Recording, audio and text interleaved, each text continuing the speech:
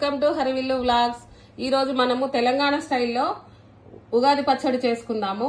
దానికి బెల్లము, మామిడికాయ ముక్కలు, జీలకర్ర, కొబ్బరి, చింతపండు, వేప పువ్వు కావాలి. చింతపండును ఒక 1 అవర్ ముందు నానబెట్టుకోవాలి. బెల్లం కూడా అంతే. ఇది ఒక 5 గ్లాసులకు సరిపోను చేస్తున్నాం. ఇప్పుడు చింతపండు నానింది, దాన్ని తీసుకుందాము. చింతపండును ఇక్కడ మా తెలంగాణలో ఇలా పల్చగానే చేసుకుంటారు. తర్వాత దీంట్లో మామిడికాయ ముక్కలు వేసుకుందాము. ఇవి బాగా తియ్యటి తీసుకోవద్దు, బాగా పుల్లటి తీసుకోవద్దు. తర్వాత కొబ్బరి వేసుకుందాము. తర్వాత కొబ్బరి సాఫ్ట్గా ఉంటుంది, మామిడికాయ పుల్లగా ఉంటుంది. ఇది జీలకర్ర వేసుకుందాము. దీన్ని కొంచెం నలవాలి, నలిసి వేయాలి. ఇది ఒగరుగుంటుంది.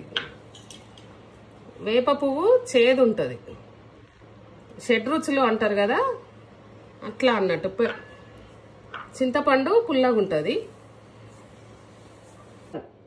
ఇప్పుడు బెల్లం నీళ్లు కూడా కరిగినాయి, దాన్ని కూడా వడగట్టుకొని పోసుకోవాలి. ఇప్పుడు ఉగాది పచ్చడి ఆల్మోస్ట్ రెడీ అయింది. దీన్ని ఇప్పుడు అంతా ఇట్లా కలబెట్టుకోవాలి. మామిడికాయ ముక్కలు మాత్రం బాగా పుల్లటి తీసుకోవద్దు. రెడీ అయింది ఫ్రెండ్స్ ఉగాది పచ్చడి. తాగి టేస్ట్ చూసి చెప్పండి. షడ్రుచులు కలిసినది తాగాలి కాబట్టి తాగుతారు. ఇది మంచిది అంటారు, ఒంటికి కూడా హెల్త్కి కూడా మంచిది అని చెప్తారు అన్నట్టు. Bye friends.